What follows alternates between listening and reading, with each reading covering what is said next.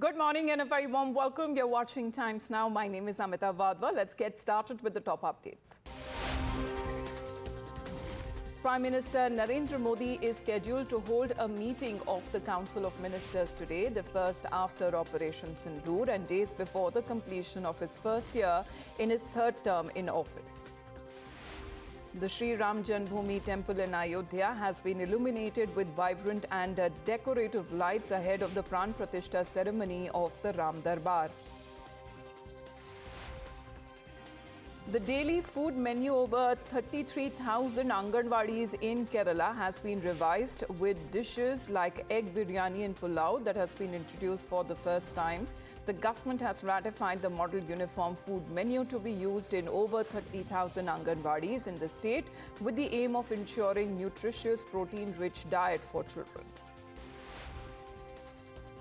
Aam Aadmi Party Rajya Sabha MP Sanjay Singh writes to the Prime Minister demanding special session of Parliament on Operation Sindoor and ceasefire decision. Alleges the Prime Minister's absence and US pressure and lack of transparency. A person who lost his life while two others have been injured after a woman rammed a speeding car on the side of the road as the incident occurred in Lucknow. The shocking incident was caught on CCTV cameras. Tamil Nadu government has appealed to the Supreme Court to challenge an interim stay imposed by the Madras High Court on amendments to laws related to Vice-Chancellor appointments in state universities. Earlier, the High Court had stayed amendments deeming them unconstitutional. At least 696 animals have perished and over 2.35 lakh have been affected as relentless floods continue to wreak havoc across Assam following heavy rainfall. According to a report by the Assam State Disaster Management Authority, the animal toll includes 12 large livestock, 28 small animals, and over 600 poultry and birds that have been swept away in different parts of the state. Over 56,000 people have been affected by flash floods triggered by overflowing rivers and embankment breaches in Manipur. Nearly 10,400 houses that have been damaged and over 50,000 people have been affected by floods. State of Himachal Pradesh witnessed fresh snowfall in several locations across the state. Tourists were seen relishing the snowfall and taking in the beauty of the snow-capped mountains. Actor Sri Leela visited Shirdi Sai Baba Samadhi temple in Maharashtra as the young actor expressed her love for spiritual connection she shares with the temple.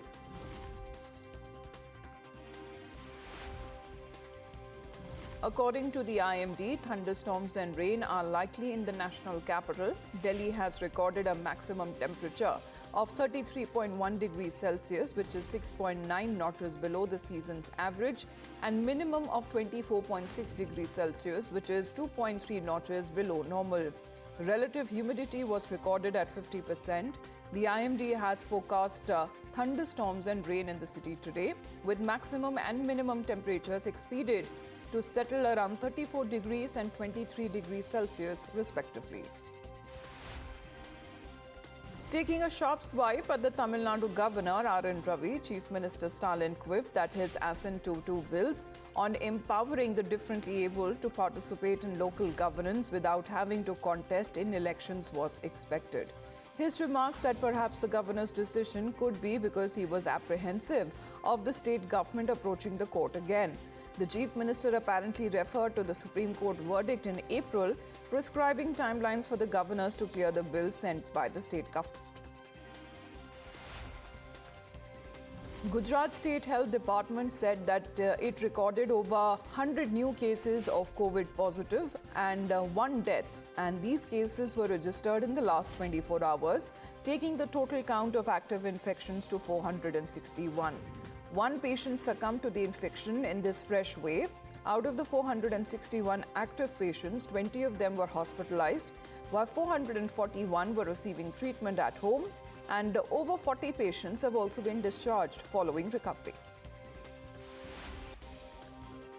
The rupee depreciated 22 paise to settle at 85.61 against the US dollar on Tuesday, weighed down by a firm American dollar while selling pressure in secondary markets, adding further weakness to the currency.